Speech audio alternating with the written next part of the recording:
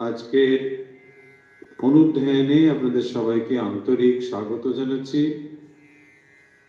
আজ আমরা যে বিষয় নিয়ে অনুধ্যান করব আপনারা ইতিমধ্যেই তা জেনেছেন যে আজ আমরা জ্ঞানযোগ স্বামী বিবেকানন্দের জ্ঞানযোগ বইটি থেকে আমরা ধারাবাহিকভাবে আলোচনা করে আসছি। আজকেও আমরা সেই বিষয়েই অনুধ্যান করব। আশা করছি আপনারা প্রস্তুত আজকের অনুধ্যানের জন্য। আমরা আলোচনা করছিলাম মায়া ও ঈশ্বর ধারণার ক্রমবিকাশ, এই অধ্যায়টি। এর আগের দিন আমরা যেখানে আলোচনা থামিয়েছিলাম, আশা করি আপনাদের মনে থাকবে। আজ আমরা ঠিক তার পরবর্তী অংশ থেকেই আলোচনা শুরু করব। সেখানে স্বামীজি বিভিন্ন বিষয় উল্লেখ করে, যেমন এর আগের দিন আমরা আলোচনা করেছিলাম যে যেখানে মায়ার সম্বন্ধে তিনি আলোচনা করেছিলেন, মায়া আসলে দেশ কাল নিমিত্তের ধারণার সঙ্গেই সংযুক্ত। এই ব্যাপারগুলি সেখানে তিনি উল্লেখ করেছেন। তারপরে এর আগের দিন আমরা যে কথা আলোচনা করেছিলাম সেগুলো, যে আমরা অনেক সময় মনে করি যে মানুষ কীটের থেকে বড় বা কীট মানুষের থেকে ছোট, এই ধারণাগুলোর খুব একটা গুরুত্বপূর্ণ তাৎপর্য নেই, কারণ তার ভেতরেও সে প্রাণ কাজ করছে। এই ব্যাপারগুলো আমরা এই আগের দিন আলোচনা করেছি।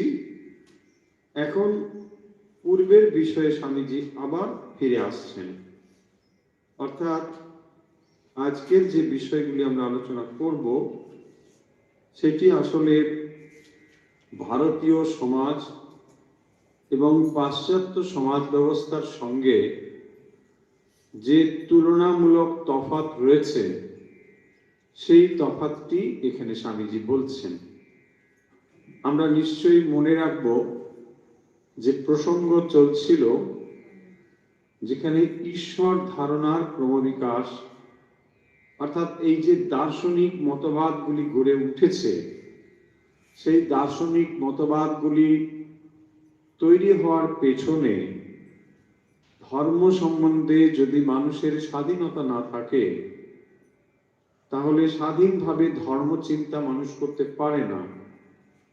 এবং সেই ব্যাপারগুলো বলতে গিয়েই স্বামীজি বেদান্তের প্রসঙ্গ এনেছেন এবং ভারতীয় দর্শন, যার সঙ্গে বেদান্ত অবশ্যই পড়ে, এবং ভারতীয় সমাজ ব্যবস্থা এবং তার ধর্ম ব্যবস্থা, এগুলো কেমন ছিল, পাশ্চাত্যের ধর্ম ও সমাজ ব্যবস্থা কেমন ছিল, তার একটি তুলনামূলক ধারণা এখানে দেওয়া হয়েছে।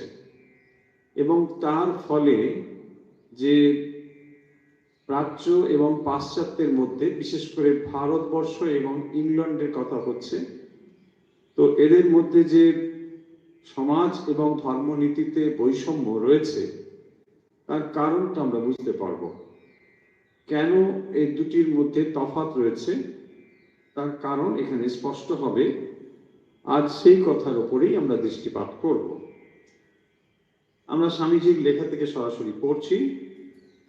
যারা ফলো করছেন বই জ্ঞানযোগ, পেজ নাম্বার 67, প্যারা নাম্বার 2, আর অন্য বই যারা ফলো করছেন তারা নির্দিষ্ট জায়গাটি লক্ষ্য করলেই বুঝতে পারবেন, আর যদি বই না থাকে কেবল শুনলেই হবে।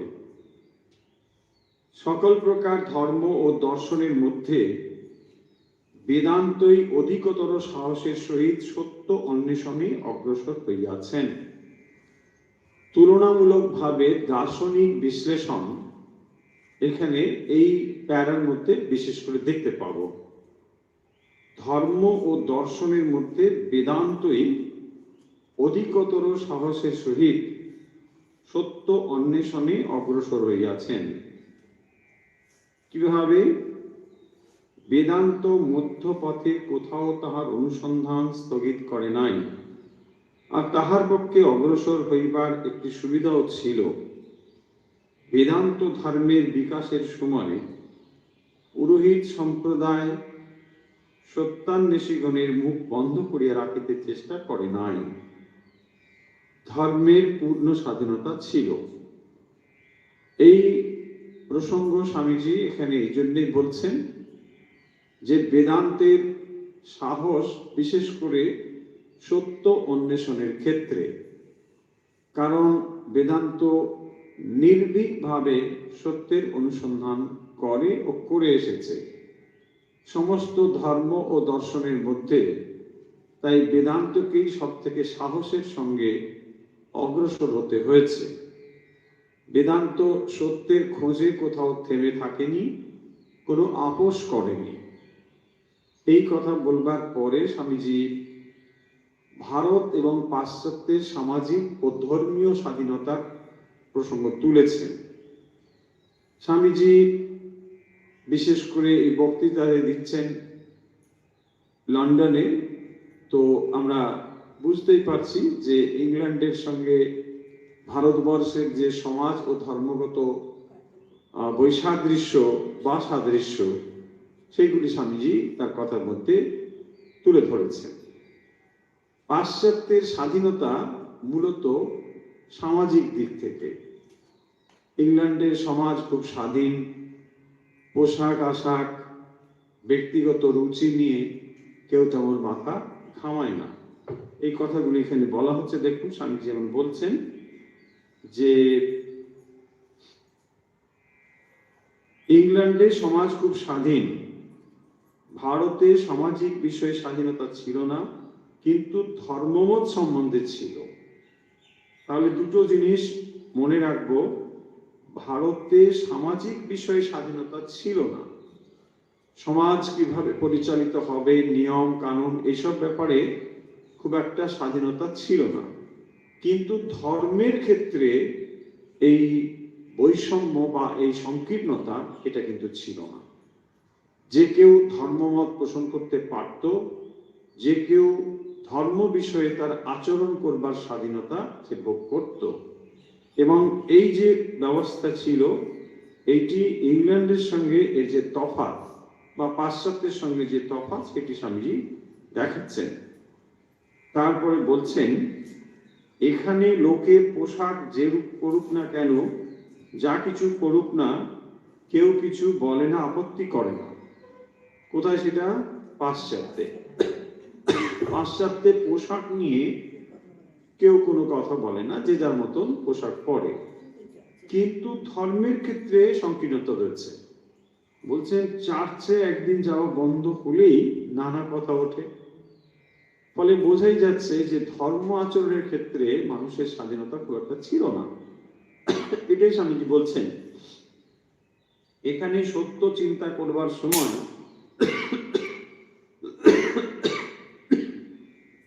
মানুষকে হাজারবার ভাবতে হয় সমাজ কি বলে। অপরপক্ষে ভারতবর্ষে যদি একজন অপর জাতির হাতে খায়, অমনি সমাজ তাকে জাতিচ্যুত করতে অগ্রসর হয়।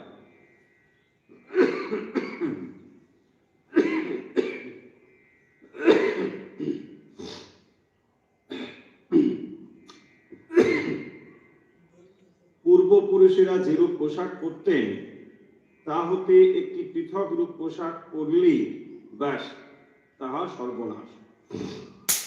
তো তার মানে এখানে স্পষ্টতই স্বামীজি যে কথা উল্লেখ করছেন, পাশ্চাত্যে সামাজিক ক্ষেত্রে স্বাধীনতা ছিল। ইংল্যান্ডের সমাজ খুব স্বাধীন ছিল, সেখানে পোশাক আশাক বা ব্যক্তিগত রুচি নিয়ে কেউ মাথা ঘামাতো না। পাশ্চাত্যের ধর্মের ক্ষেত্রে আবার পরাধীনতা ছিল। সেখানে বিশেষ করে ধর্মীয় বিষয়ে মানুষের স্বাধীনতা ছিল না। গির্জায় না গেলে প্রচলিত ধর্মমতের বাইরে যদি কেউ কোনো চিন্তা করে তখন সমাজ কিন্তু প্রশ্ন তুলত। অপরপক্ষে ভারতের ক্ষেত্রে, সমাজ ব্যবস্থার ক্ষেত্রে ভারতের সমাজ ছিল খুব কড়া নিয়মে। অন্য জাতির হাতে খাওয়া, ভিন্ন পোশাক পরা, এগুলো করলে মানুষকে জাতিচ্যুত হতে হতো। ফলে দুটো প্রেক্ষাপট বা দুটো ক্ষেত্র কিরকম আলাদা, তুলনামূলকভাবে এটা কিন্তু এখানে বলা হচ্ছে। আর ভারতের ক্ষেত্রে স্বাধীনতা বা ধর্মের ক্ষেত্রে স্বাধীনতা এটা বরাবরই ছিল।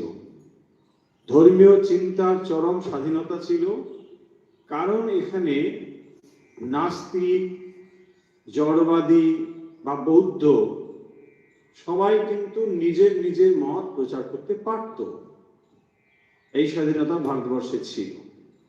এবং এমনকি বলা হচ্ছে যে মন্দিরের সামনে দাঁড়িয়ে যারা নাস্তিক তারা দেবতাদের নিন্দা করলেও তাদের কোনো কিছু হতো না। মন্দিরের সামনে দাঁড়িয়ে তারা মানে না, তাদের মত কিন্তু তারা পোষণ করতে পারত। এমনকি সেখানে ব্রাহ্মণরাও সেটা সহ্য করতেন, তারা কিছু বলতেন না। কারণ এখানে ধর্ম বিষয়ে বিশেষ করে মত প্রকাশের স্বাধীনতা ছিল। তাহলে আমরা পরিষ্কারভাবে দুটো জিনিসের নিরিখে দুটো প্রাচ্য এবং পাশ্চাত্যের তফাৎটা বুঝতে পারবো। যে ভারতীয় সমাজে এখানে স্বাধীনতা ছিল না সামাজিক ক্ষেত্রে। কি ধরনের পোশাক পরবে, কি ধরনের আচরণ করবে, এইগুলো কিন্তু নির্দিষ্ট করা ছিল। এর বাইরে খুব একটা স্বাধীনতা ছিল না। কিন্তু স্বাধীনতা ছিল ধর্মের বিষয়ে। সেখানে এমনকি নাস্তিক, আমরা একটু পরেই দেখবো, সে প্রসঙ্গ আসবে, চারবাক দর্শনের কথা আসবে। যে চারবাক তারা ঈশ্বরের অস্তিত্ব মানে না, তারা ধর্ম বিরুদ্ধে কথাবার্তা বলে, কিন্তু তারাও একটা মত পোষণের স্বাধীনতা পায়। চারবাক দর্শন ভারতীয় দর্শনের একটি অন্যতম দর্শন। তারা নাস্তিক দর্শন, কিন্তু দর্শন, অর্থাৎ তারাও যে তাদের মত পোষণ করবার স্বাধীনতা তাদের রয়েছে, এটা স্পষ্টতই। এবং যারা নাস্তিক তারা মন্দিরের সামনে দাঁড়িয়ে প্রকাশ্যে ঘোষণা করতে পারে যে ঈশ্বর নেই, তোমরা ঈশ্বরে বিশ্বাস করো না। এ কথা বললে তাদের যে বিরাট কিছু ফাঁসি হয়ে যাবে বা তাদের কোনো শাস্তি হয়ে যাবে, এরকম কিন্তু ছিল না। ফলে দুটো ক্ষেত্র তফাৎটা আমরা বুঝবো। বিপরীত দিকে পাশ্চাত্যে ছিল সমাজ ব্যবস্থার ক্ষেত্রে পূর্ণ স্বাধীনতা। সামাজিক থেকে পোশাক, আশাক, রীতিনীতি এগুলো নিয়ে কেউ হস্তক্ষেপ করতো না। অপরপক্ষে ধর্ম আচরণের ক্ষেত্রে যদি কেউ কোনো নতুন কথা বলে, তার কথা কিন্তু কেউ মেনে নেবে না, সেখানে বিদ্রোহ হয়ে যাবে। ধর্মীয় বিষয়ে তোমাকে নির্দিষ্ট সময়ে চার্চে যেতে হবে, চার্চে যেমন যেমন প্রণালী রয়েছে উপাসনার, তা তোমাকে করতে হবে, চলে আসতে হবে। এর বাইরে কথা বলবার তোমার কোনো স্বাধীনতা নেই।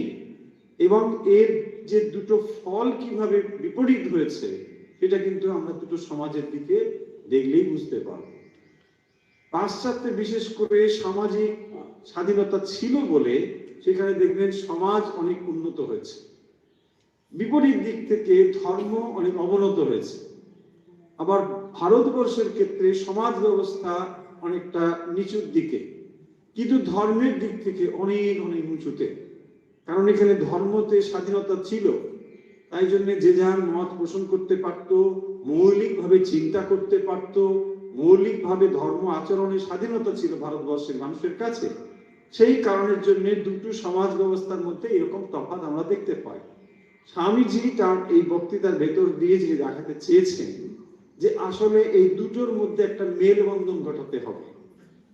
ভারতবর্ষের সমাজকে করতে হবে উন্নত, আবার বিপরীত দিকে পাশ্চাত্যের ধর্ম ব্যবস্থার মধ্যেও খানিকটা পরিবর্তন আনতে হবে, তাহলেই একটা সুন্দর ব্যবস্থা গড়ে উঠতে পারে। আমরা সেগুলি ধীরে ধীরে দেখব। তার মানে দুটো পয়েন্ট আমাদের কাছে পরিষ্কার হয়েছে আশা করি, যে এখানে স্বামীজি এই এই চ্যাপ্টারে যেটি বলছেন বা এই প্যারাতে যেটি বলেছেন সেটি হলো এই প্রাচ্য এবং পাশ্চাত্য, ভারতীয় এবং পাশ্চাত্য মধ্যে তুলনামূলকভাবে আলোচনা করলে একটি সমাজ ব্যবস্থা অর্থাৎ ভারতীয় সমাজ ব্যবস্থা যা ছিল সংকীর্ণ, তার ফলে সেটি খুব বেশি স্বাধীনভাবে আচরণ করবার সুযোগ ছিল না। অপরদিকে ধর্ম আচরণের ক্ষেত্রে পূর্ণ স্বাধীনতা ছিল বলে এখানে ধর্ম অন্যরকম মাত্রা পেয়েছে। এমনকি এখানে বৌদ্ধ দর্শনের কথাও যদি আমরা ধরি, বৌদ্ধ দর্শন কিন্তু নাস্তিক দর্শন। সেখানে ঈশ্বরের অস্তিত্ব তারা মানে না, তারা শাস্ত্রের প্রামাণ্য গ্রহণ করেন না।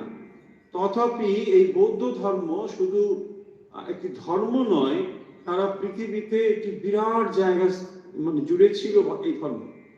ফলে আমরা বুঝতে পারছি যে মানুষ ঈশ্বরকে না মানলেও স্বাধীনভাবে ধর্মমত পোষণের স্বাধীনতা তাদের কাছে ছিল। এমনকি নাস্তিক দর্শন, চার্বাক দর্শন, তারাও কিন্তু একটি দর্শন বলে মান্যতা পেয়েছে, কারণ তাদেরও যুক্তি রয়েছে। তারা যে ঈশ্বর মানে না তার যুক্তি তারা দেখিয়েছে, কিন্তু সেই যুক্তি আপনি না মানতে পারেন, সেটা আলাদা কথা। কিন্তু তারাও যে একটা দর্শন, ভারতীয় দর্শন পড়তে গেলে আপনাকে চার্বাক দর্শনও পড়তে হবে, কারণ তাদেরও একটা স্বাধীনতা রয়েছে মত পোষণের। অনেক মানুষ তাদেরকে সাপোর্ট করেন, অনেক মানুষ সেই দর্শনে বিশ্বাস করেন, তাদের একটা যুক্তি রয়েছে, তারা সেই যুক্তিটা সেখানে স্থাপন করতে পারেন। পয়েন্ট হলো যে ধর্ম বিষয়ে মানুষের স্বাধীনতা রয়েছে, মত পোষণের স্বাধীনতা, আচরণের স্বাধীনতা, মৌলিক চিন্তার স্বাধীনতা, ধর্ম বিষয়ে ভারতবর্ষের মাটিতে এটা চিরকাল রয়েছে। অপরপক্ষে পাশ্চাত্যে সেখানে সামাজিক ক্ষেত্রে কোনো বাধা ধরা নিয়ম নেই, সেখানে স্বাধীনতা তারা ভোগ করতে পারে। কি ধরনের আহার গ্রহণ করবে, কি ধরনের পোশাক পরবে, কি ধরনের আচরণ করবে, কোথায় যাবে কোথায় যাবে না, এটা কেউ বেঁধে দিচ্ছে না। কিন্তু ধর্মের ক্ষেত্রে সেখানে সংকীর্ণতা রয়েছে।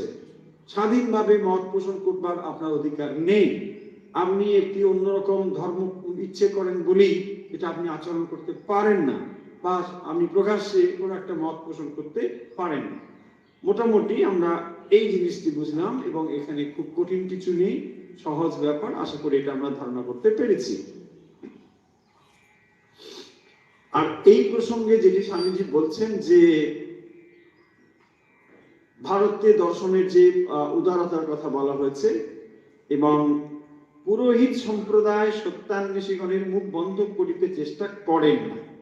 তার মানে বেদান্ত এই সত্যটিকে লাভ করবার জন্য বিশেষ করে পুরোহিত সমাজ বা পুরোহিত সম্প্রদায়, প্রিস্টহুড, এটা কোনো বাধা হয়ে দাঁড়ায়নি।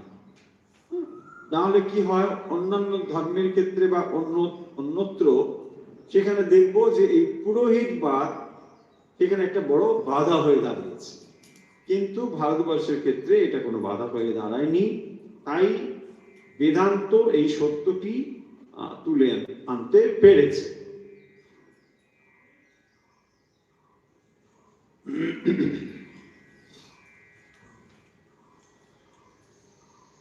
এরপরে আমরা দেখব বুদ্ধ খুব বৃদ্ধ বয়সেই দেহ রক্ষা করেন।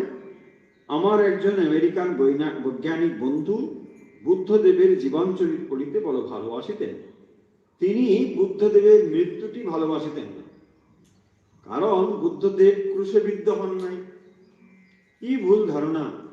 বড়লোক হইতে গেলেই খুন হইতে হইবে। ভারতে এরূপ ধারণা প্রচলিত ছিল না।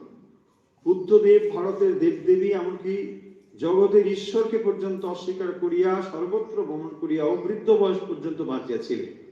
তিনি 80 বছর বাঁচিয়েছিলেন, আর তিনি অর্ধেক দেশকে তার ধর্ম আনিয়েছিলেন। হ্যাঁ, এবারে তাহলে আমরা ওই পয়েন্টটার পরে আমরা আরেকটি পয়েন্ট দেখব, যে ধর্মীয় উদারতার ঐতিহাসিক উদাহরণ। ধর্মীয় উদারতা কিরকম? এখানে নাস্তিক এবং জড়বাদীদেরও জায়গা রয়েছে। যারা নাস্তিক অথবা যারা জড়বাদী, জড়বাদী মানে চার্বাকদের কথা বলা হবে। তো এদেরও এখানে কিন্তু স্থান রয়েছে। প্রাচীন ভারতে চার্বাক বা নাস্তিকরা প্রকাশ্য মন্দিরের দরজায় দাঁড়িয়ে তারা ব্রাহ্মণদের দেবতা নিন্দা করলেও তাদের ওপর কোনো অত্যাচার হতো না। দেখুন, এইভাবেই মানে ধর্মীয় যে উদারতা, এটি কিন্তু ভারতবর্ষের মানে একেবারে ঐতিহ্য বলতে পারে। ধর্মীয় উদারতা, ধর্মক্ষেত্রে কখনোই তারা কারোর উপর হস্তক্ষেপ করেনি। প্রাচীন ভারতে চার্বাক বা নাস্তিক যারা, তারা প্রকাশ্য মন্দিরের সামনে দাঁড়িয়ে ব্রাহ্মণদের এবং দেবতাদের উভয়ের নিন্দা করতে পারত, কিন্তু কেউ তাদের উপর কোনো অত্যাচার আঘাত কোনোভাবেই করতো না। আর তারপরে স্বামীজি যেটি বললেন এখনই, যে ভগবান বুদ্ধের ক্ষেত্রে, যে ভগবান বুদ্ধ তিনি কোনো দেবদেবী মানতেন না, এমনকি তিনি ঈশ্বরের অস্তিত্ব পর্যন্ত অস্বীকার করেছেন। তিনি কোনো ধর্মশাস্ত্রের অবলম্বন প্রয়োজন এটাও বিশ্বাস করতেন না। অথচ তিনি ৮০ বছর পর্যন্ত জীবিত ছিলেন। শুধু জীবিত ছিলেন না, তিনি তার ধর্মমতকে মানে দেশের অর্ধেক মানুষের ভিতরে তাকে পরিচালিত করতে সক্ষম হয়েছিলেন, এবং ভারতবর্ষের বাইরেও এই বৌদ্ধ ধর্ম বিস্তার লাভ করেছিল। ফলে এই যে ব্যাপার, এটি কিন্তু পাশ্চাত্যে মানে কল্পনাই করতে পারা যায় না, যে যেখানে ধর্ম বিষয়ে তারা অন্যরকম মত পোষণ করেন, তারা এখানে ৮০ বছর রাজত্ব করবেন, বিশেষ করে ধর্মের ক্ষেত্রে বলা হচ্ছে, এবং অনেক মানুষ তাকে ফলো করবে, এটা পাশ্চাত্যে ভাবাই যায় না। ভাবুন তাহলে, স্বামী সেই জন্য বলছেন যে দুটো সমাজের ক্ষেত্রে কিভাবে তফাৎটা তৈরি হয়েছে। সামাজিক দিক থেকে, ধর্মীয় দিক থেকে দুটো সমাজের মধ্যে বৈষম্য কি ছিল তুলনামূলকভাবে, তাহলেই কিন্তু আপনি বাকি জিনিসগুলোকে ধারণা করতে পারবেন যে এই দুটো, বিশেষ করে প্রাচ্য এবং পাশ্চাত্যের মধ্যে কেন এই দুটো তফাৎ তৈরি হয়েছে। কারণ প্রাচ্যে যেটি ছিল, পাশ্চাত্যে সমাজের ক্ষেত্রে বা ধর্মীয় ক্ষেত্রে যে তফাৎ ছিল, এর ফলে কিন্তু দুটো সমাজে বা ধর্মের দিকে প্রাচ্য এবং পাশ্চাত্যে তফাৎটা তৈরি হয়েছে। উদাহরণ হিসেবে স্বামীজি বুদ্ধদেবের কথা বলেছেন, যে তার এই ধর্ম ৮০ বছর পর্যন্ত তিনি জীবিত ছিলেন এবং তাকে তিনি প্রচারও করেছেন। আচ্ছা, এই পয়েন্টের পরে এবারে চার্বাক বিষয়ে কথা হচ্ছে। চার্বাকেরা ভয়ানক ভয়ানক মত পোষণ করিতেন। ১৯বিংশ শতাব্দীতেও লোকে এরূপ স্পষ্ট জড়বাদ প্রচার করিতে সাহস করেন নাই।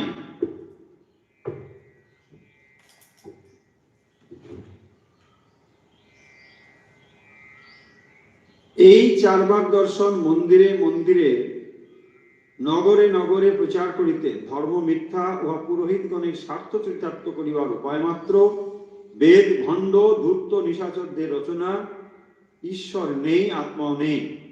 কথাগুলি কিন্তু অনেকে বেশ ভালো লাগবে, তাই না? হ্যাঁ, না না, চার্বাকদের ফলোয়ার এখন ধীরে ধীরে বাড়ছে। হ্যাঁ, খুবই সুবিধে, সহজ ব্যাপার। ঈশ্বর নেই এটা বলে দিলেই বাকি যে সমস্ত উচ্ছৃঙ্খলা, এটা করবার স্বাধীনতাটা পাওয়া যায়। মানে যত রকম উচ্ছৃঙ্খলা করবার ইচ্ছে প্রবল, ঈশ্বর আছেন বলে একটু অসুবিধা হয়। ঈশ্বর নেই যদি এটা বিশ্বাস করি, তাহলে উচ্ছৃঙ্খলতা বা বর্বরতা একরকম, এটা খুব সহজেই করবার স্বাধীনতা বা লাইসেন্সটা আমরা পেয়ে যেতে পারি। তার মানে ভেতরে যে সুপ্ত বাসনাগুলি রয়েছে, সেগুলোকে চরিতার্থ করবার জন্য যদি নৈতিকতা বা ঈশ্বররূপ কোনো জিনিস আমাদের উপরে চাপিয়ে দেওয়া হয় বা আমরা মেনে নিই, তাহলে একটু যেন কোথাও একটা বাধাপ্রাপ্ত হয়। ফলে আমরা যদি ধরে নিই যে আমরা ঈশ্বর মানি না, বেদ মানে ভণ্ড জিনিস, এগুলো যদি আমরা বলে নিতে পারি, ব্যাস, দেখবেন এই জন্য অনেক মানুষ এখন খুব গর্ব করে বলে আমরা ঈশ্বর মানি না। ঈশ্বর মানি না, কিন্তু অফিসের বসটাকে মানি। দেখুন কিরকম আমাদের ভেতরে বুদ্ধির তারতম্য। যিনি সর্বেশ্বর, সবকিছুর যিনি নিয়ন্তা, তাকে আমি মানতে পারি না, কিন্তু আমার অফিসে যিনি আমাকে মাইনে দেয় তাকে আমি মানতে পারি। মানে এই যে বুদ্ধির মধ্যে কিরকম তফাৎটুকু, এটুকু ধরা পড়ে না। অতি শিক্ষিত মানুষের চোখে এটা ধরা পড়ে না। তারা এটা বুঝতে পারে না যে এই বিশ্ব ব্রহ্মাণ্ড পরিচালনা করতে গেলে একটি বুদ্ধিমত্তার দরকার হবে। সেই বুদ্ধিমত্তাকে যদি আমরা ঈশ্বর বলি, সমস্যাটা কোথায়? একটা অফিস চালাতে গেলে যদি 5 জন লোককে চালাতে গেলে একটা লোকের প্রয়োজন হয়, তাহলে এই বিরাট একটা সৃষ্টিকে চালাতে গেলে একটা বুদ্ধিমত্তার প্রয়োজন হবে। এই সাধারণ কথাটুকু কিন্তু বিচারের মধ্যে আসে। যাই হোক, সেটা আমাদের প্রসঙ্গ নয়। প্রসঙ্গ হলো যে এই চার্বাকরা, স্বামীজি কথা এখানে উল্লেখ করছেন কেন, তার কারণ যে এই চার্বাকরা নিজেদের মত পোষণ করেও এখানে একটা দার্শনিক মতবাদকে স্থাপন করবার স্বাধীনতা পেতেন। অর্থাৎ এই ভারতবর্ষে যে দর্শন এবং ধর্মচিন্তার ক্ষেত্রে মানুষকে স্বাধীনতা দেওয়া হতো, তার একটি প্রকৃষ্ট নিদর্শন হচ্ছে এটি, যে এখানে তারা কোনোভাবেই কেউ বাধা তাদের দিত না, তারা নিজেরা মত পোষণ করতে। তাই স্বামীজি এখানে চার্বাকদের অত্যন্ত সাহসী এবং ভয়ঙ্কর মতবাদের ধারক হিসেবে বর্ণনা করেছেন। চার্বাকরা আসলে কি বলেন? তারা আত্মা এবং পরকালকে অস্বীকার করেন। চার্বাকদের মত হচ্ছে তারা আত্মা মানেন না, পরকাল বলেও মানেন না। দেখুন, ভারতীয় যে আস্তিক দর্শন, সেগুলো কিন্তু এর উপরে দাঁড়িয়ে রয়েছে। একটি হলো আত্মা, অপরটি হলো পরকাল, মানে পুনর্জন্মবাদ। তো পুনর্জন্মবাদ এবং আত্মা, এর ধারণা হচ্ছে আস্তিক দর্শনের ভিত্তিভূমি, আর এগুলোকেই তারা মানবেন না। তো সেই জন্যই স্বামীজি বলছেন যে ভয়ঙ্কর এবং অত্যন্ত সাহসী যে মতবাদ, ধরুন যে মতবাদ আপনি বিশ্বাস করেন তার থেকে একটু এদিক ওদিক হলো সেটা একরকম, কিন্তু এটাকে সম্পূর্ণরূপেই মানে না, ফলে এটা নিশ্চয়ই একটি সাহসী পদক্ষেপ। তবুও তারা সমানভাবে তাদের মত পোষণ করতে পারেন। এখানে দেহ এবং আত্মা, চার্বাকরা বিশ্বাস করতেন যে মানুষের পৃথক কোনো আত্মা নেই। কি বিশ্বাস করতেন? মানুষের পৃথক কোনো আত্মা টাত্মা বলে কিছু নেই। তাদের যুক্তি হলো এই যে যদি আত্মা বলে কিছু থাকে, মৃত্যুর পর তার দেহ ছেড়ে চলেও যেত, যদি চলে যায়, তবে কেন সে স্ত্রী পুত্রের ভালোবাসার আকর্ষণে আবার ফিরে আসে না কেন? আপনি বলছেন আত্মা আছে, যদি আত্মা থাকে, ধরুন শরীরটা চলে গেল, মারা গেল, তো তাহলে সে তো আসবে আবার, কারণ স্ত্রী পুত্র এত ডাকছে থাকে। তার মানে কি? কনক্লুশন হলো আত্মা বলে কিছু নেই। এটাই তো কথা। বলছেন যদি আত্মা থাকতোই, তাহলে মৃত্যুর পরে স্ত্রী পুত্রের ভালোবাসার আকর্ষণে তো ফিরে আসতো, ফিরে তো আসছে না। ফলে আমরা বুঝতে পারছি যে এটা একদম সত্য নয়, আত্মা নেই। পয়েন্টগুলো বুঝতে পারছেন? আপনাকে বিশ্বাস করতে বলা হচ্ছে না, পয়েন্টগুলো অন্তত একাডেমিক্যালি পয়েন্টগুলো একটু মাথার মধ্যে রাখলে তাহলে এই ব্যাপারটি বুঝতে আমাদের সুবিধা হবে। এরপরে বলছেন পরকাল কি? তারা পুনর্জন্ম বা পরকাল বিশ্বাস করতেন না। তাদের মতে মৃত্যুর সঙ্গে সঙ্গে সবকিছু শেষ হয়ে যায়, সবকিছু শেষ হয়ে যায়। মানে কি করে আবার ফিরে আসবে? পুনরাগমনম কুত, কি করে ফিরে আসবে? ওখানে তো মাটিতে পুঁতে দেয় অথবা আগুনে জ্বালিয়ে দেয়, তো তারপরে দেহটা ফিরে আসবে কি করে, তাই না? ভস্মীভূত দেহ কি করে আবার ফিরে আসে? যেটা ভস্মীভূত হয়ে গেল, পুড়িয়ে দেওয়া হলো, সেটা আবার ফিরে আসবে কি করে? পুনরাগমনম কুত, কি করে ফিরে আসবে? তোমরা কি মতে বিশ্বাস করো? দেখুন চার্বাকের মত এই, তো তারা দুটো পয়েন্ট লেখানো হলো, আত্মা বিশ্বাস করেন না আর পরকাল বিশ্বাস করেন না। কেন আত্মা বিশ্বাস করেন না? যদি দেহের মধ্যে আত্মা বলে কিছু থাকতো তাহলে মৃত ব্যক্তি তার শরীর ত্যাগ হলে পরে তার আত্মীয় পরিজন, বিশেষ করে স্ত্রী পুত্র যখন অত্যন্ত কান্নাকাটি করে, তো তখন সে তো ফিরে আসতে পারত, তখন সে ফিরে আসে না। তার মানে তার ভিতরে কিছু আত্মা বলে কিছু নেই, আত্মা বলে কিছু থাকে না বলেই সে ফিরে আসতে পারে না। দ্বিতীয় কথা হচ্ছে পরকাল, মানে পুনর্জন্ম। তো পুনর্জন্ম বা পরকাল এটাও তারা বিশ্বাস করেন না।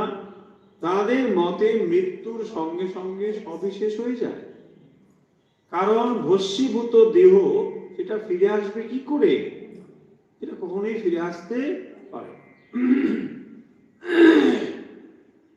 তারপরে বলা হয়েছে এদের জড়বাদী জীবন দর্শন, চার্বাক দর্শন সম্বন্ধে বলা হচ্ছে। জড়বাদী জীবন দর্শন কিরকম?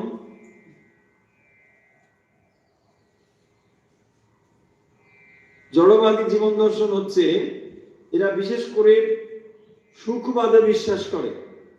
সুখবাদ, চার্বাকরা মনে করে যে জীবন মানে হলো আসলে ইন্দ্রিয় সুখ ভোগ করা, ইন্দ্রিয় সুখ যতদূর পারে ভোগ করতে হবে, এটাই হচ্ছে চার্বাকদের মতবাদ। স্বামীজি দেখিয়েছেন যে তাদের দর্শন ছিল যতক্ষণ বাঁচো ভালো খাও, ভালো পড়ো, আর জাগতিক সব তৃপ্তি লাভ করো। তো জাগতিক তৃপ্তি মানে ইন্দ্রিয় সুখ। অর্থাৎ জড়বাদী জীবন দর্শনে মূল কথা হলো সুখবাদ। পয়েন্টগুলো আশা করি বুঝতে পারছেন। আমরা আলোচনার সময় পয়েন্টগুলো এক এক করে বলে যাচ্ছি, যদি বুঝতে পারেন তাহলে পয়েন্টগুলো নোট করতেও পারেন, মনে রাখতেও পারেন। জড়বাদী জীবন দর্শন অর্থাৎ চার্বাকদের যে জীবন দর্শন সেটি হচ্ছে জড়বাদী জীবন দর্শন। হ্যাঁ, জড়বাদী জীবন দর্শন অর্থাৎ চার্বাকরা মনে করতেন যে জীবন মানে হলো আসলে ইন্দ্রিয় সুখকে ভোগ করা। যত পারো ইন্দ্রিয় সুখ ভোগ করো, যতক্ষণ পারো ভালোভাবে বাঁচো, ভালোভাবে খাও, ভালো পড়ো, আর জাগতিক তৃপ্তি যা পাওয়া যায় সব লাভ করো। ইট, ড্রিঙ্ক অ্যান্ড রিমেইন, এই হলো সোজা কথা। আর একটি পয়েন্ট হচ্ছে শাস্ত্র নিন্দা। কি পয়েন্ট? শাস্ত্র নিন্দা। তারা মনে করতেন বেদ বা শাস্ত্র মানে ধূর্ত নিশাকরদের, মানে পুরোহিতদের রচনা। হ্যাঁ হ্যাঁ, নিশাকর। তো পুরোহিতদের দ্বারা এইভাবেই, মানে এই শব্দটি রয়েছে একেবারে, সেই জন্য শব্দটি বলা হয়েছে। হ্যাঁ, নিশাকর, নিশাচর না, নিশাকর। পুরোহিত মানে পুরোহিতদের বোঝানো হতো। হ্যাঁ, নিশাচর নিশাকর দুটোই শব্দ। তো যাই হোক, তাদেরকে বোঝানো হতো যে এরা হচ্ছে পুরোহিত। পুরোহিতদেরকে উদ্দেশ্য করে বলা হতো যে এরা ধূর্ত, তারাই এই সমস্ত রচনা করেছেন। হ্যাঁ, তারাই রচনা করেছেন এই ধরনের ব্যাপারগুলো। চার্বাকরা তাদের উপর কোনো অত্যাচার করেননি। এই যে স্বামীজি এখানে পয়েন্টটা দিয়েছেন যে এরা ভণ্ড, ধূর্ত এবং এদেরই রচনা হয়েছে। তাহলে কারা? পুরোহিতরা। অর্থাৎ এই সমস্ত শাস্ত্র হলো পুরোহিতদের রচনা, আর তারা নিজেদের স্বার্থ চরিতার্থ করবার জন্য এটা করেছে। তাহলে চার্বাকদের পয়েন্ট কি? শাস্ত্র নিন্দা। পয়েন্টটা হলো শাস্ত্র নিন্দা। তারা মনে করতেন যে বেদ শাস্ত্র এগুলো ধূর্ত পুরোহিতদের রচনা বা নিশাচরদের রচনা, এবং যা তারা নিজেদের স্বার্থ চরিতার্থ করবার জন্য তৈরি করেছে হয়েছে। তাহলে শাস্ত্রগুলো সবই মানে পুরোহিতদের স্বার্থ রক্ষার জন্য রচনা হয়েছে। এগুলো ভণ্ড লোকের লেখা, এগুলো কোনো মানবার কোনো তাৎপর্য বা কোনো যুক্তি নেই। হলো এই ব্যাপারগুলো আমরা দেখতে পাবো, মানে বিশেষ করে চার্বাক দর্শনের ক্ষেত্রে। তাহলে চার্বাক দর্শনের ক্ষেত্রে কি কি রয়েছে পয়েন্টগুলো আরেকবার বলে দিই, অত্যন্ত সহজ। এটি হলো আত্মা এবং পরকালকে অস্বীকার করা। আত্মাকে কেন অস্বীকার করতেন? না, চার্বাকরা বিশ্বাস করতেন মানুষের কোনো পৃথক আত্মা নেই, এবং এর ফলে তাদের যুক্তিটা ছিল এই বিশ্বাসের পেছনে যে যদি আত্মা থেকে থাকে তাহলে মৃত্যুর পর সেটা তাদের স্ত্রী পুত্রের ভালোবাসার আকর্ষণে এটা আবার ফিরে আসে না কেন। তার মানে এখান থেকেই তারা কনক্লুশন করছেন যে আত্মা বলে কোনো কিছু নেই। দ্বিতীয় পয়েন্ট হচ্ছে পরকাল। যেই ভিত্তিগুলোর উপরে মানে ভারতীয় আস্তিক দর্শন দাঁড়িয়ে রয়েছে, এই প্রধান প্রধান ভিত্তিগুলোকেই তারা অস্বীকার করতেন। তারা বলতেন যে পরকাল, যেটা পুনর্জন্মবাদ, এটাতেও তারা বিশ্বাস করতেন না। তাদের মতে মৃত্যু হলে পরে সঙ্গে সঙ্গে সবকিছুই চলে যাচ্ছে। মৃত্যু যখন হয় তখন সেই শরীরটাকে ভস্মীভূত করা হয়। তাহলে ভস্মীভূত দেহ আবার কি করে ফিরে আসতে পারে? তোমরা যে বিশ্বাস করো পরকাল, এইটা তাহলে কোনো ভিত্তিহীন একটা ব্যাপার, এটা আমরা মানি না, এটা কোনো যুক্তি নেই। পয়েন্টগুলো আশা করি বুঝলাম। দ্বিতীয় যে পয়েন্টটি বলা হচ্ছে সেটি হচ্ছে সুখবাদ এবং শাস্ত্র নিন্দা। সুখবাদ মানে চার্বাকরা মনে করতেন যে ইন্দ্রিয় সুখ যতদূর পারা যায় ইন্দ্রিয় সুখকে আমরা ভোগ করে নেব। এই জগৎটি আসলে ভোগ করবার জন্যই, যত রকম ভোগ্য বস্তু আহরণ করা যায়, যতদিন সুখে বাঁচতে পারো তাই করো, দিয়ে আনন্দে থাকো, আর একদিন মরে যাও। কারণ মরে গেলে আর কোনো সমস্যা নেই, মরে গেলে তো পুনর্জন্মের ব্যাপার নেই। ব্যাস, যদি খেতে খেতেও মরে যাও, খাও, আনন্দে খাও, যত খুশি খাও, আরো খাও, আবার খাও, তাই না? কি দর্শন দেখো, তাই না? ভালো দর্শন, খাও, আনন্দে থাকো, ব্যাস। মরে গেলে কোনো ব্যাপার নেই, কেন আবার তো আসতে হচ্ছে না।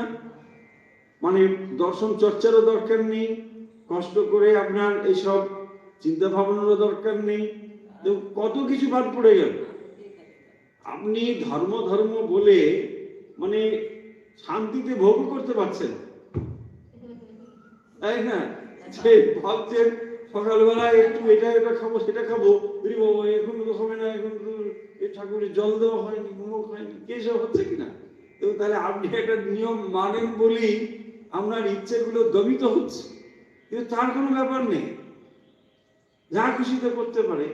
আপনার মন্দিরে যেতে হবে, আপনার এই করতে হবে, ওখানে করতে হবে, জব করতে হবে, দেখুন না মানলে কিছু নেই। কত সুন্দর, একদম কিছু মানে এরকম আছে, এরকম প্রচুর মানুষ আছে, হ্যাঁ প্রচুর মানুষ আছে, এবং তারা মুখ্য নয়, হ্যাঁ তারা খুবই মানে শিক্ষিত মানুষজন, কিন্তু তারা এইগুলো তুলে দিয়েছে। ব্যাস, হ্যাঁ দুটো পয়েন্ট হলো। আর কি পয়েন্ট? শাস্ত্র নিন্দা। হ্যাঁ, না চারটে পয়েন্ট হবে, দেখো নিশ্চয়ই মোট চারটে পয়েন্ট হবে। এরা আত্মা মানে না, পরকাল মানে না। আরেকটি হলো সুখবাদ, এই যে কেবল সুখ, ইন্দ্রিয় সুখ, তো ইন্দ্রিয় সুখগুলোকে যত খুশি ভোগ করাবার জন্য তারা সবসময় ব্যস্ত থাকে। আর দুই হচ্ছে শাস্ত্র। শাস্ত্রগুলো ভণ্ডদের দ্বারা তৈরি, বিশেষ করে স্বার্থ চরিতার্থ করবার জন্য, নিজেদের স্বার্থে তারা এটাই করেছে। তাহলে চারটে পয়েন্ট পরিষ্কার হয়েছে। চারবার দর্শনের এই হলো চারটে ব্যাপার। এখানে যেটা বলার, আমরা তো চারবার দর্শন নিয়ে পড়ছি না, চারবার দর্শন আলোচনাও করছি না। পয়েন্টটা প্রসঙ্গক্রমে এলো এই জন্যে যে চারবার দর্শনের ভেতরেও ধর্মীয় উদারতা রয়েছে, এইটা পয়েন্ট। চারবার দর্শন বিস্তারিত যে আমরা এখানে পড়ছি তা নয়, কিন্তু চারবার দর্শনের যে মৌলিক কনসেপ্ট, এটা কিন্তু বলা হয়ে গেল যে চারটে এখানে কথাগুলো রয়েছে, কিন্তু আমরা পয়েন্ট করে কথাগুলো বলছি যে এই চারটে মূল ভিত্তির উপরে ভারতীয় চারবার দর্শন দাঁড়িয়ে রয়েছে, এটা ঠিক কথাই। কিন্তু এখানে যে প্রসঙ্গে কথাটা এলো সেটি হচ্ছে অন্য কথা। সেটি হলো ভারতীয় সমাজে বা ভারতীয় ধর্মীয় ক্ষেত্রে ভারতবাসীর স্বাধীনতা ছিল, তারা ধর্মক্ষেত্রে স্বাধীন, যে যার মতো মত পোষণ করতে পারতেন। তাই না?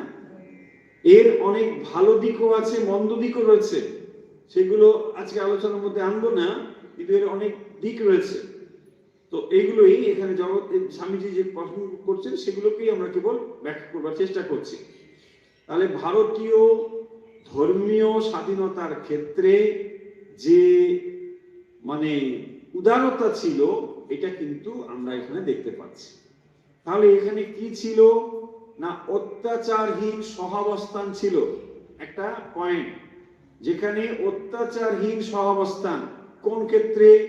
ভারতীয় ধর্মীয় স্বাধীনতা। ভারতীয় ধর্মীয় স্বাধীনতা দেখুন, আজকেও সমাজের দিকে তাকালে বিশেষ করে ধর্ম আচরণের ক্ষেত্রে আপনি এটা দেখতে পাবেন। এখানে এক ধর্মের মানুষ আর এক ধর্মের মানুষকে যে অপছন্দ করে বা তার যে অপছন্দের কারণ, সেটা কিন্তু প্রকাশ্যে সে বলতে পারে।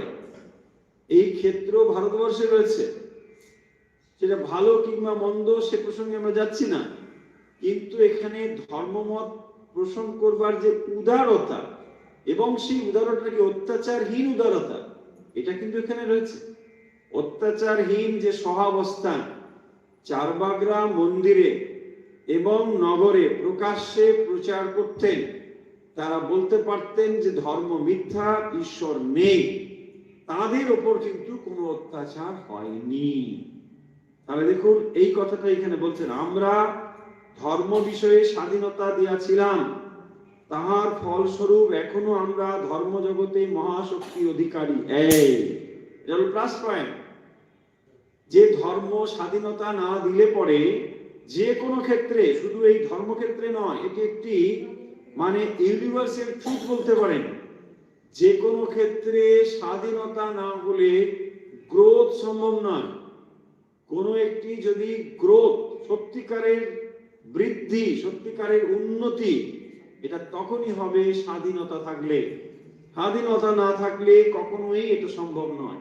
সেই জন্য বলছেন আমরা ধর্ম বিষয়ে, লাইনটি খুব গুরুত্বপূর্ণ, ধর্ম বিষয়ে স্বাধীনতা দিয়াছিলাম, তাহার ফলস্বরূপ এখনো আমরা ধর্মজগতে মহাশক্তির অধিকারী।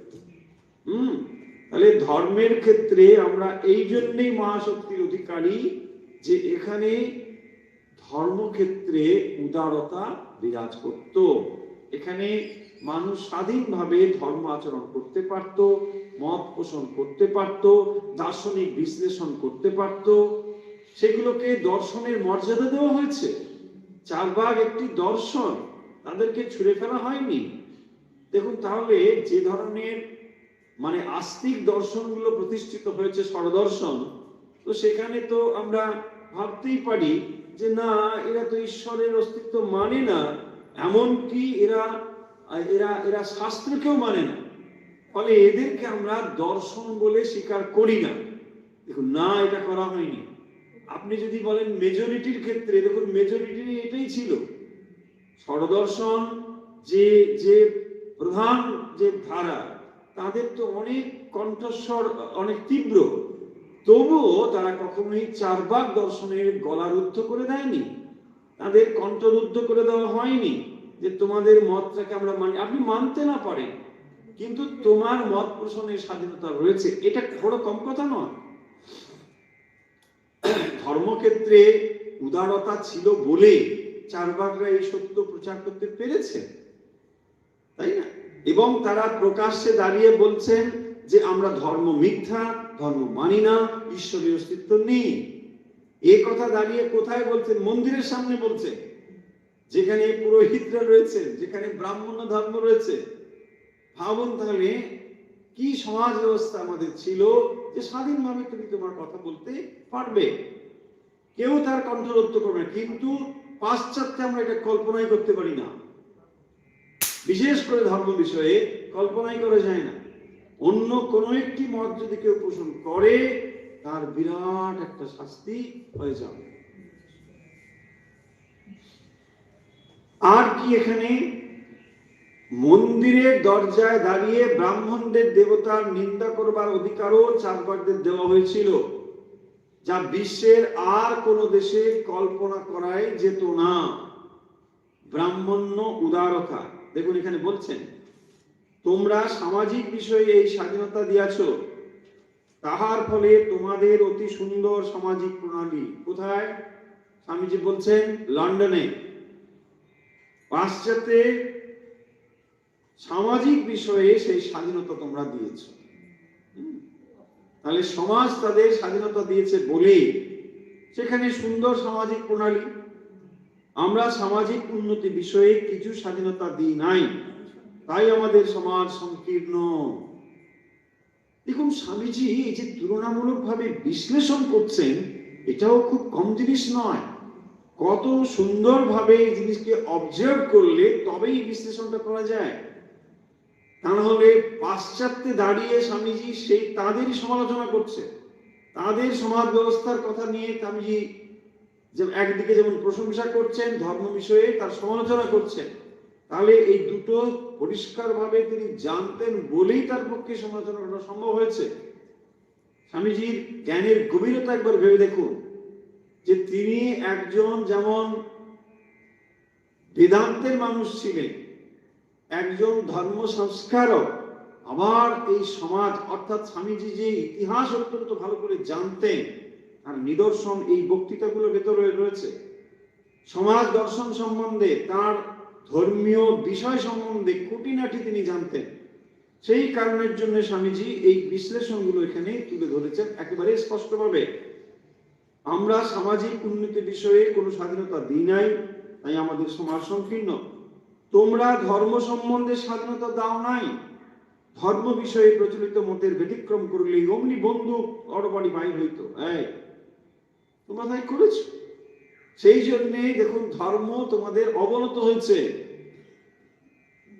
এবং সেই জন্যই দেখবেন স্বামীজি বলছেন ভারতবর্ষের এই যে ধর্ম বা বিশেষ করে আধ্যাত্মিকতা, যে আধ্যাত্মিক সম্পদ, তা যে সারা পৃথিবীতে একটা মহান জায়গায় রয়েছে। এবং সামনের দিনগুলো যে আসছে, ভারতবর্ষের এই আধ্যাত্মিকতা নিয়ে সারা পৃথিবীকে সে আচার্যের ভূমিকা পালন করবে। দেখুন স্বামীজির কথা বা ভাব সেই দিকেই অগ্রসর হচ্ছে। তিনি সেই কথাই বলছেন, তোমরা ধর্মক্ষেত্রে কি করেছো? কেউ যদি নতুন কিছু মত পোষণ করে, তাকে বন্দুক তরবারি বার করে ফেলেছ। তার ফল ইউরোপে ধর্মভাব সংকীর্ণ, ভারতে সমাজের শৃঙ্খল খুলিয়া দিতে হইবে, ইউরোপে ধর্মের শৃঙ্খল খুলিয়া লইতে হইবে। দেখুন দুটোর মধ্যে তফাৎটা কিরকম। আমি আবার পড়ছি, ভারতে সমাজের শৃঙ্খল খুলিয়া দিতে হইবে। সমাজের সংকীর্ণতা ছিল, ওটা শৃঙ্খল খুলে দিতে হবে। আর ইউরোপে ধর্মের শৃঙ্খল খুলিয়া লইতে হইবে, তাই না? ওখানে শৃঙ্খলটাকে খুলে দাও, আর এখানে ধর্মের শৃঙ্খলটাকে খুলে দাও, তাহলে ঠিক হয়েছে। অর্থাৎ ধর্মক্ষেত্রে পাশ্চাত্যে একটা সংকীর্ণ ভাব সর্বদাই রয়েছে। যেখানেই পরাধীনতা, যেখানেই স্বাধীনতাহীনতা, সেখানেই দেখবেন অবনমন ঘটেছে। স্বাধীনতা ছাড়া কোনো দিন উন্নতি সম্ভব নয়, কোনদিন উন্নতি সম্ভব। সর্বক্ষেত্রেই এটা, সমস্ত ক্ষেত্রে একটা মানুষকে পূর্ণ স্বাধীনতা দিতে হবে, তখনই সে দেখবে তাকে মহান জায়গায় সে তখনই সে পৌঁছবে। আমাদের সমাজ ব্যবস্থা দেখবেন সর্বক্ষেত্রে না হলেও অন্তত কিছু কিছু ক্ষেত্রে মানুষের স্বাধীনতার উপরে তার যে প্রগতি, তার যে স্বাভাবিকভাবে উন্নতির ধারা, এটাকে ব্যাহত করে। এবং তার ফলে তার যথার্থ উন্নতি আমরা দেখতে পাই না। এর অনেকগুলো কারণ আছে, অনেকগুলো অভিমুখ রয়েছে, অনেকগুলো দিক রয়েছে, কিন্তু অনেক ক্ষেত্রে এটা হয়। একটি ছাত্রের ভেতরে দেখবেন প্রতিভা রয়েছে, সে একজন শিল্পী হতে পারে, কি একজন গায়ক হতে পারে, কিন্তু আমাদের ইচ্ছেগুলোকে আমরা তার ভেতরে এমন ভাবে পরিচালিত করি, তাকে আমরা একটা ইঞ্জিনিয়ার বানিয়েছি, ব্যাস। সমাজ সেখান থেকে বিশেষ কিছু পেল না, আর ওর অবদমিত ইচ্ছাগুলোকে ও চেপে রেখে সাহিত্যিক হয়ে চলে গেল, দেখুন, বা ইঞ্জিনিয়ার হয়ে চলে গেল, সরি। তো ফলে এইরকম ক্ষেত্রে না, এগুলো তার বাধা হয়ে যায়। পূর্ণ স্বাধীনতা পেলে মানুষের বিকাশ কোন জায়গায় পৌঁছতে পারে আমরা কল্পনাও করতে পারি না। এটা ব্যক্তি জীবনে যেমন, সমাজ জীবনেও তেমন, ধর্মক্ষেত্রে তো বটেই। তাই স্বামীজি এটি বলছেন যে যদি আমরা এই আধ্যাত্মিক, নৈতিক বা সামাজিক উন্নতির ভেতরে একত্র রয়েছে তা ধরতে পারি, যদি জানতে পারি ওরা একই পদার্থের বিভিন্ন বিকাশ মাত্র, তবে ধর্ম আমাদের সমাজের মধ্যে প্রবেশ করিবে, আমাদের জীবনের প্রতি মুহূর্তই ধর্মভাবে পূর্ণ হইবে। ধর্ম আমাদের জীবনের প্রতি কার্যে প্রবেশ করিবে। ধর্ম বলিতে যাহা কিছু বুঝায় সেই সব আমাদের জীবনে তাহার প্রভাব বিস্তার করিবে। বেদান্তের আলোকে তোমরা বুঝিবে সব বিজ্ঞান কেবল ধর্মেরই বিভিন্ন বিকাশ মাত্র, জগতে আর সব জিনিসও ওই রূপ। তাহলে দেখুন, এই ব্যাপারটি দেখানোর পরে স্বামীজি এটাকে কনক্লুড করছেন কিভাবে। যদি আমরা এই আধ্যাত্মিক, নৈতিক বা সামাজিক উন্নতির ভেতরে যে একত্ব রয়েছে, তার মানে এই যে দুটো ক্ষেত্রে বলা হলো, প্রাচ্য এবং পাশ্চাত্যের ক্ষেত্রে, একটা সামাজিক ক্ষেত্র, একটা ধর্মীয় ক্ষেত্র, যেখানে ভারতবর্ষে বিশেষ করে ধর্মীয় আচরণের স্বাধীনতা ছিল বলে তার উন্নতি এইভাবে হয়েছে। আবার বিপরীত দিকে পাশ্চাত্যে সামাজিক স্বাধীনতা ছিল বলে সেখানে সমাজ শৃঙ্খলা অনেক বেশি উন্নত হয়েছে, সমাজ নিয়ম অনেক উন্নত হয়েছে, সমাজ ব্যবস্থা। এই যে দুটো দিক স্বামীজি বলছেন, এর ভেতরে কি রয়েছে না, এই আধ্যাত্মিক, নৈতিক, সামাজিক উন্নতির ভেতরে যে একত্ব রয়েছে, সেই একত্বটা কি, ওইটি বেদান্ত সেই তত্ত্বটা আবিষ্কার করেছে। বেদান্ত দেখিয়েছে আসলে কি না, মানুষের ভেতরে সেই অন্তর্নিহিত দেবত্বের সন্ধান দেয় বেদান্ত। তাহলে অন্তর্নিহিত দেবত্বের প্রকাশই হলো আসলে ধর্ম। এই যে সত্যটি, সেইটিকে যদি আমরা সর্বত্র উপলব্ধি করতে পারি, তাহলেই একটি সমাজ, নৈতিক সামাজিক উন্নতি তার কিভাবে সম্ভব, তার বিকাশ কিভাবে সম্ভব, এগুলোকে আমরা বুঝতে পারবো। ধর্ম আমাদের সমাজের মধ্যে প্রবেশ করবে, আমাদের জীবনের প্রতি মুহূর্তই ধর্মভাবে পূর্ণ হবে। দেখুন, তাহলে তারা একই পদার্থের বিভিন্ন বিকাশ মাত্র, অর্থাৎ সেই যে আত্মা, সেই চৈতন্য, তিনি প্রকাশিত হবেন, প্রত্যেক জীবের মধ্যে তিনি রয়েছেন। এই সত্যটিকে প্রকাশিত করতে পারলে বা এই সত্যটিকে উপলব্ধি করতে পারলে তবেই ধর্মের মূল ব্যাপারটি বোঝা যায়। সেই সব আমাদের জীবনে তার প্রভাব বিস্তার করবে। ধর্ম বলতে যা কিছু বোঝায় এটি হলো তখন আমাদের জীবন এই ধর্মের ভেতর দিয়ে উন্নত হবে। বেদান্তের আলোকে তোমরা বুঝবে সমস্ত বিজ্ঞান কেবল ধর্মেরই বিভিন্ন বিকাশ মাত্র। তাহলে বেদান্ত এখানে কোনো সংকীর্ণ অর্থে নয়। বেদান্ত মানে সার্বিকভাবে বিকাশ। মানুষের ভেতরে যে অন্তর্নিহিত দেবত্ব রয়েছে, ইট ইজ অলরেডি দেয়ার, সেইটিকে ম্যানিফেস্ট করার নামই হচ্ছে রিলিজিয়ন। যে ধর্ম অলরেডি মানুষের ভেতরে রয়েছে, যে সত্য মানুষের ভেতরে রয়েছে, সেই দেবত্বের পূর্ণ বিকাশকে স্বামীজি ধর্ম বলছেন। তাহলে এই যে দেবত্ব মানুষের ভেতরে অলরেডি রয়েছে, তাকে বিকশিত করবার জন্য অন্যান্য সমস্ত বিজ্ঞান তার সহায়ক। জগতের আর সব জিনিসও এইরূপ, অর্থাৎ যত রকম কিছু আমরা দেখতে পাচ্ছি বিকশিত হবার, এই সমস্ত কিছু স্বাধীনতার দ্বারা মানুষ সেই অন্তর্নিহিত দেবত্বের সন্ধানের দিকে এগিয়ে চলেছে। স্বামীজি তাই এখানে বলছেন যে চার্বাকরা জড়বাদীদের চেয়ে মানে অনেক বেশি স্পষ্ট, শক্তিশালী মতবাদ প্রচার করতেন। বর্তমান যুগে মানুষ যে জড়বাদ নিয়ে আলোচনা করতে সাহস পায় না, কয়েক হাজার বছর আগে চার্বাকরা কিন্তু সেটা করতেন, এটা করতে পেরেছে। তার কারণ কি, এখানে ধর্মীয় ক্ষেত্রে স্বাধীনতা দেওয়া হয়েছিল, এখানে এটি ছিল। তাহলে আমরা আলোচনাকে কনক্লুড করব। আজকের যে আলোচনা আমরা পয়েন্ট পয়েন্ট করে আমরা একটু দেখে নিই। প্রথম যে অংশটি আমরা পাঠ করেছি সেখানে পয়েন্টগুলো হলো এই যে ভারতবর্ষ এবং পাশ্চাত্য সমাজ এবং ধর্মের মধ্যে যে মৌলিক তফাৎটা ছিল, সেই তফাৎটা কি না, ভারতবর্ষের সমাজ ছিল সংকীর্ণ, কিন্তু ধর্মের ক্ষেত্রে পূর্ণ স্বাধীনতা ছিল।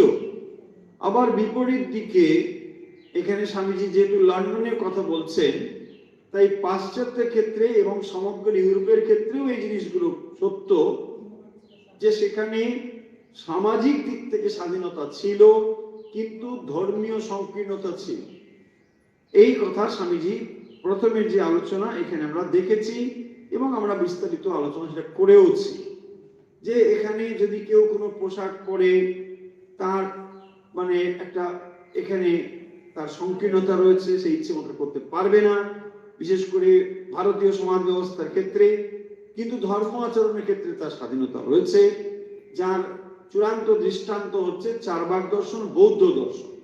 বৌদ্ধরা ঈশ্বরের অস্তিত্ব মানতেন না, শাস্ত্রীয় ব্যাখ্যাতে তারা বিশ্বাস করতেন না, কিন্তু তবুও স্বামীজি দেখাচ্ছেন যে 80 বছর তো ভগবান বুদ্ধ ভালোভাবে জীবিত ছিলেন, এবং শুধু জীবিত ছিলেন তাই নয়, তার অনেক ফলোয়ারও ছিল এখানে এবং বাইরেও। তাহলে সেই দর্শনটি এখানে প্রতিষ্ঠিত হলো কি করে? এই জন্যই এখানে ধর্মীয় স্বাধীনতা ছিল। হয়েছে, এই পয়েন্টটা পরিষ্কার হয়ে গেছে।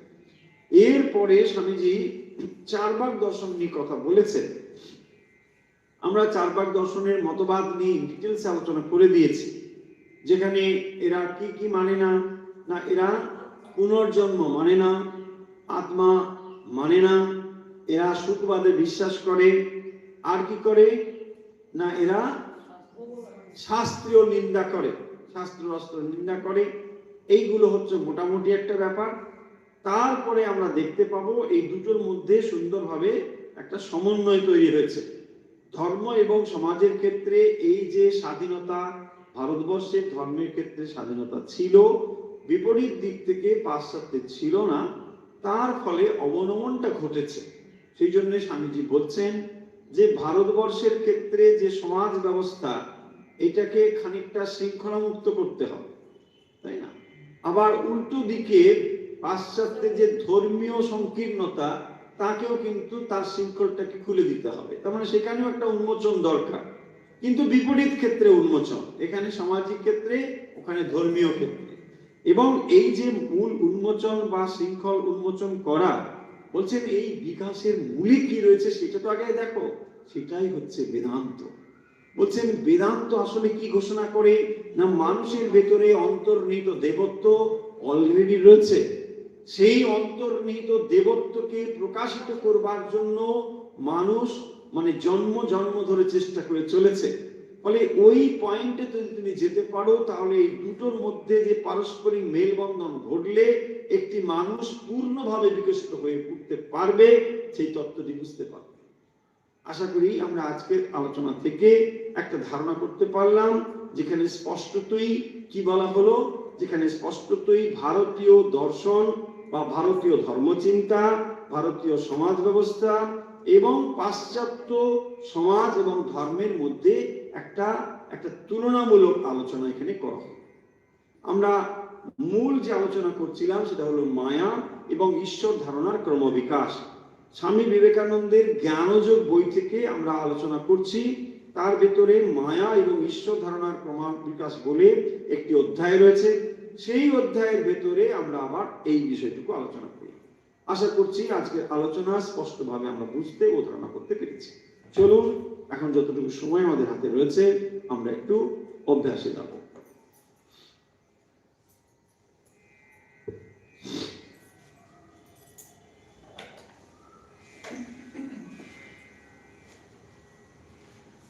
যে যেখান থেকে আমাদের সঙ্গে এই মুহূর্তে অভ্যাস করছেন, শ্বাস নিন বাম দিকে ও ধীরে ধীরে শ্বাস ছেড়ে দিন ডান দিকে। শ্বাস বাম দিকে নিন ও ধীরে ধীরে শ্বাস ডান দিকে ছেড়ে দিন। শ্বাস নিন বাম দিকে এবং শ্বাস ছেড়ে দিন ডান দিকে।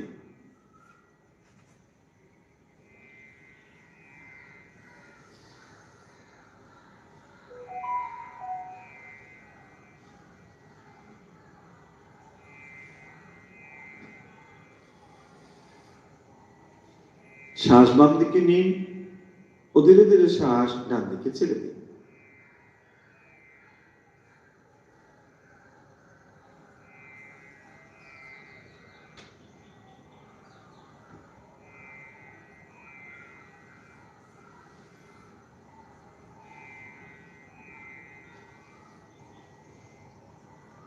এবার ডান দিকে শ্বাস নিন ও শ্বাস ছেড়ে দিন বাম দিকে। ধীরে ধীরে শ্বাস ডান দিকে নিন,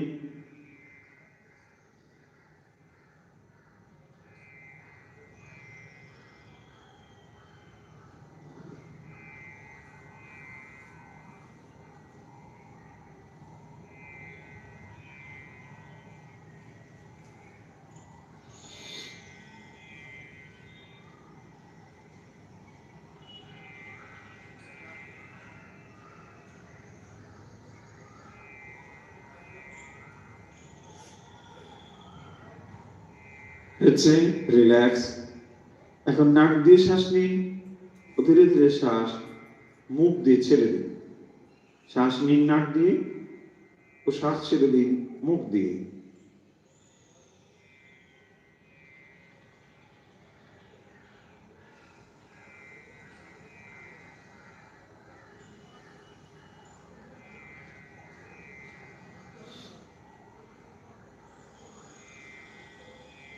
শ্বাস নাক দিয়ে নিন ও ধীরে ধীরে শ্বাস মুখ দিয়ে ছেড়ে দিন।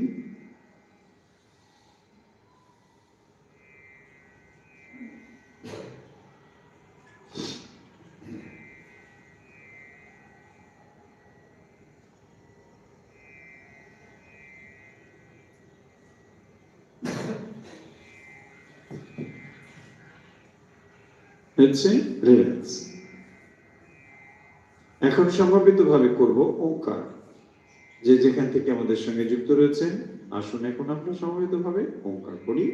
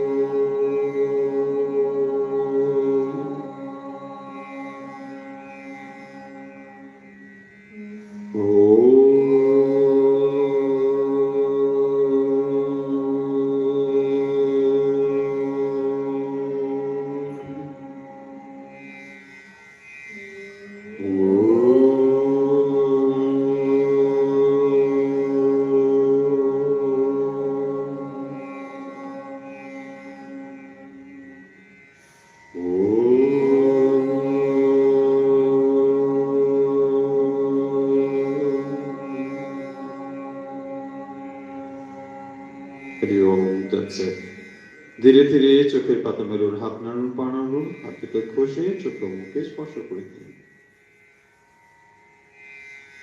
আজকের মতো অনুধ্যান ও অভ্যাস এখানে শেষ হলো। এখন স্বামী বিবেকানন্দ স্তোত্রম সম্মিলিত হবে।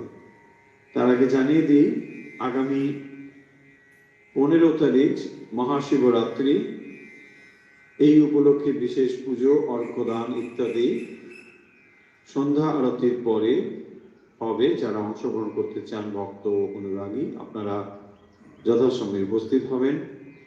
এবং আগামী 19 ফেব্রুয়ারি ভগবান শ্রীরামকৃষ্ণের পূর্ণ আবির্ভাব তিথি, বিশেষ পুজো, হোম, আলোচনা সভা, সঙ্গীত ইত্যাদির মধ্যে আয়োজিত হবে, অনুষ্ঠিত হবে।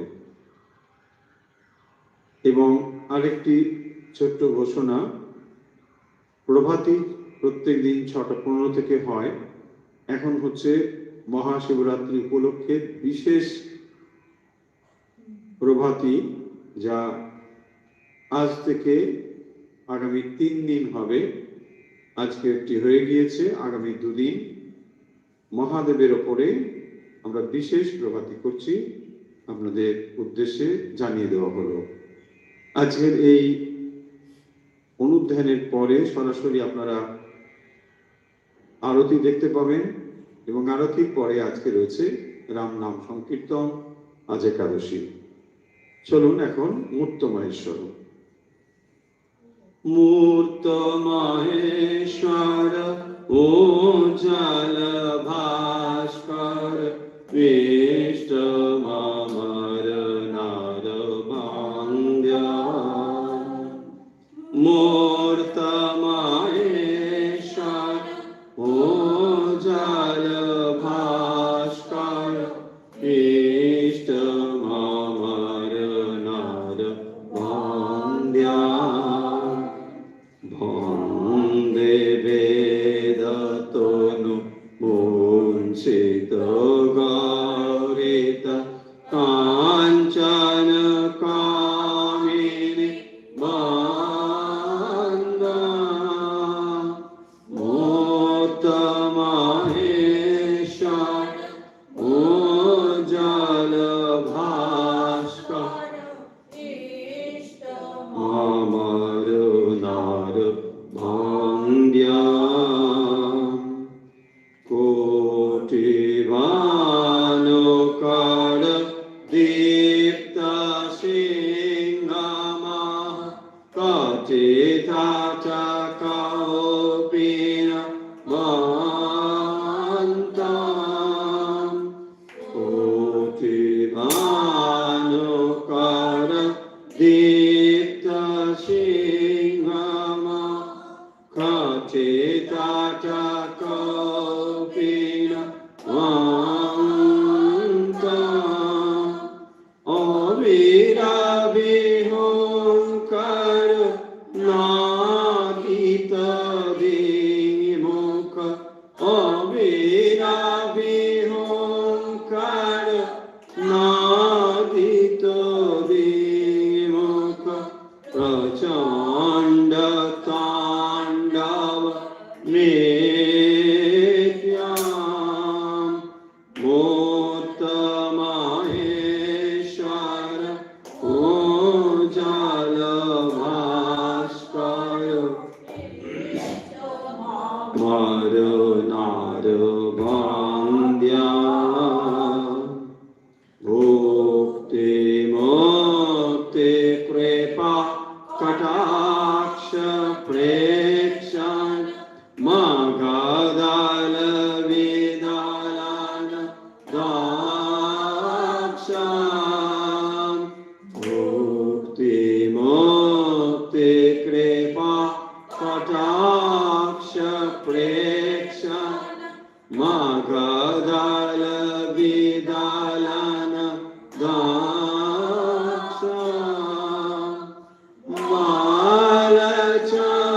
বালচন্দ্রধর বিন্দু বান্যামিহ। বালচন্দ্রধর বিন্দু বান্যামিহ। নৌমি গুরু বিবেকানন্দম। মূর্ত মহেশ্বর ও জল ভাস্কর বিষ্ট মামর নার ভাঙ্গ্য। মূর্ত মহেশ্বর ও জল ভাস্কর বিষ্ট মামর নার ভাঙ্গ্য। বিষ্ট মামর নার ভাঙ্গ্য। বিষ্ট মামর নার ভাঙ্গ্য। जय श्री गुरु महाराज जी की जय। जय महामाई की जय। जी के जय, जय गंगा माई के जय। আজকের মতো অনুধ্যান অভ্যাস এখানেই শেষ হলো। গতকালের প্রশ্ন ছিল আশ্রয় কথার অর্থ কি? আশ্রয় কথার অর্থ হলো যার থেকে জগতের সৃষ্টি এবং স্থিতি এবং লয় হয় তাকেই বলা হয় আশ্রয়। আর এখন সময় আজকের প্রশ্নে। আজকের প্রশ্ন হলো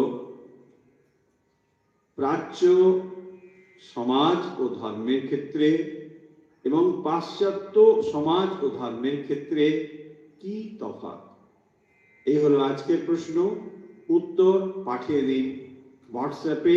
আমাদের হোয়াটসঅ্যাপ নাম্বার 9903985960। যারা আমাদের সঙ্গে যুক্ত হতে চান এই সরাসরি অনুধ্যানে অথবা সকালের প্রভাতীতে অথবা আমাদের যে সমস্ত লিঙ্ক আমরা পাঠাই, পিডিএফ ইত্যাদি যেগুলো আমরা শেয়ার করি, আমাদের সঙ্গে সরাসরি যুক্ত হওয়ার জন্য যে চ্যানেল থেকে আপনি দেখছেন, অর্থাৎ কিভাবে এটি পাবেন, যারা নতুন তাদের জন্য জানিয়ে দিই। ইউটিউবে যাবেন, সেখানে সার্চের জায়গায় লিখবেন RKM নিউ টাউন। আবার বলছি RKM নিউ টাউন। এই কথাটি লিখলে আপনি একটি চ্যানেলের দেখা পাবেন। সেইখানে আপনি যুক্ত হয়ে থাকলে নিয়মিতভাবে আপনার কাছে নোটিফিকেশন যাবে। এছাড়া আমাদের একটি হোয়াটসঅ্যাপ গ্রুপ রয়েছে। সেই গ্রুপটি ওই একই নম্বরে আপনি যুক্ত হলে একটি হোয়াটসঅ্যাপ গ্রুপের সঙ্গে যুক্ত হতে পারবেন এবং তার ফলে আমাদের প্রতিদিনের এই অনুষ্ঠানের নোটিফিকেশন, এছাড়া আমাদের স্পেশাল ডে সেলিব্রেশন, এই সমস্ত নোটিফিকেশনও কিন্তু আপনি পেয়ে যাবেন। তাহলে আজকের মতো বিদায় নিচ্ছি। যে যেখান থেকে আমাদের সঙ্গে যুক্ত রয়েছেন ঠাকুরমা স্বামীজির ভক্ত অনুরাগী, আপনাদের সকলের শারীরিক, মানসিক ও আধ্যাত্মিক বিকাশ প্রার্থনা করে যে প্রার্থনা আমরা নিত্য করে থাকি, আজও সেই প্রার্থনা করছি। সর্বেত্র সুখিনো সন্তু, সর্বে সন্তু নিরাময়া, সর্বে ভদ্রাণি পশ্যন্তু, মা কশ্চিৎ দুঃখ ভাগ ভবে। ওম শান্তি, ওম শান্তি, ওম শান্তি।